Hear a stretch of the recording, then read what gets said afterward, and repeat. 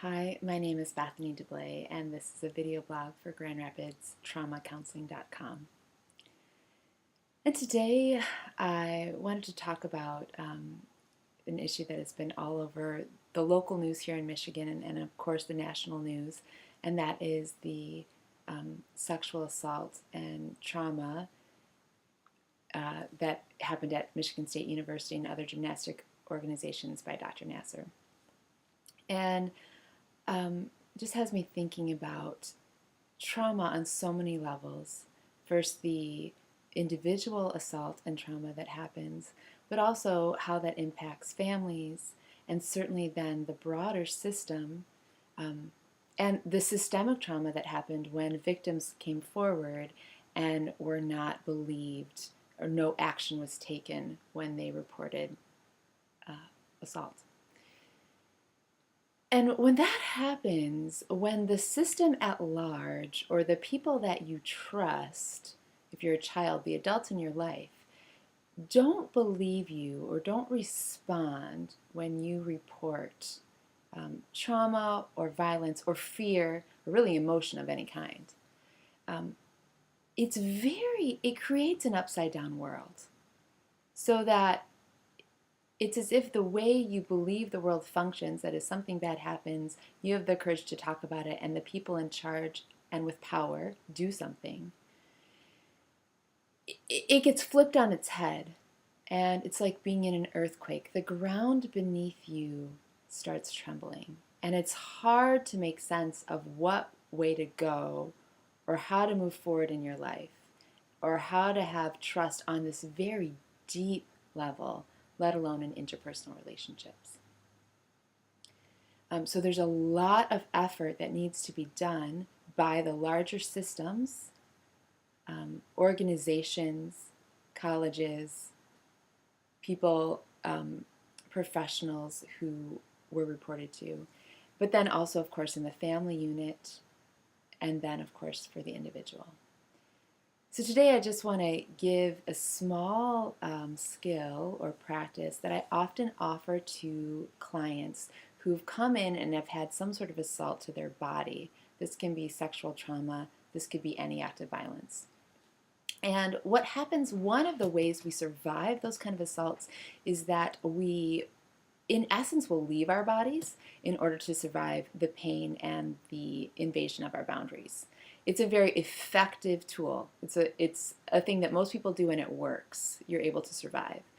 The challenge becomes when that survival technique becomes a repetitive pattern in our lives, that we use it often unconsciously in any sort of stressful circumstance.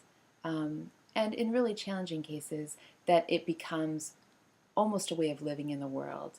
We are almost out of our bodies continually. We don't really have a sense of ourself.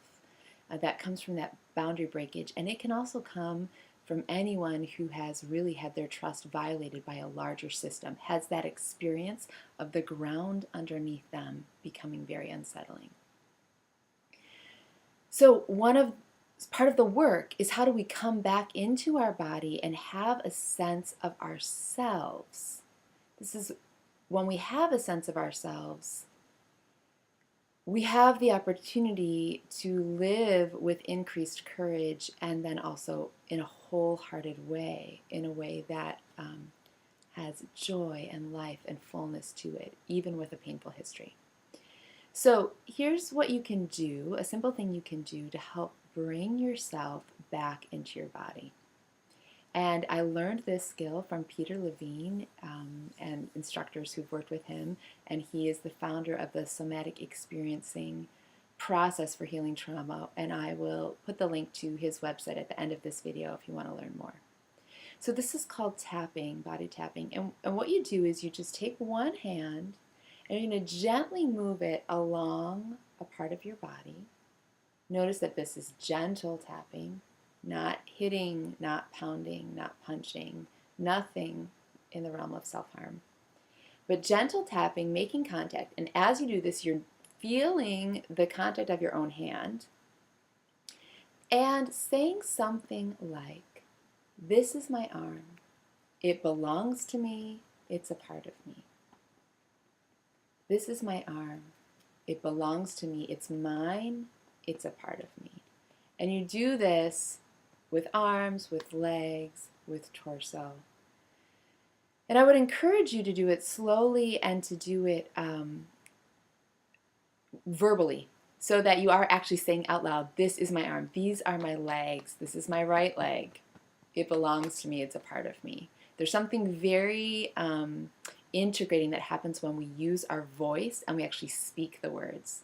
Now, if you are in a setting where you're feeling like you're not in your body, maybe you're really nervous before an interview or a test or a presentation, and there's other people around you, and you think if you're tapping your body and saying things out loud, you might get some odd looks. You'll feel uncomfortable. You can do it with the internal voice.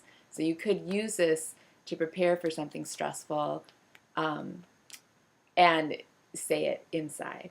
But I would recommend doing it with the voice. And this is the kind of thing that you get benefit more from doing it repeatedly. So if you want to try this skill, I would recommend trying it, 3 times a day. If you have a massaging shower head, you could do it, turn that pulsing massaging shower head on and do it in this is my chest. And honestly, actually, I can notice even just having tapped this one arm, there's a different sensation in this arm right now than there is in the arm that I didn't tap. So see if you can notice the change and use this skill to help bring you back to your body.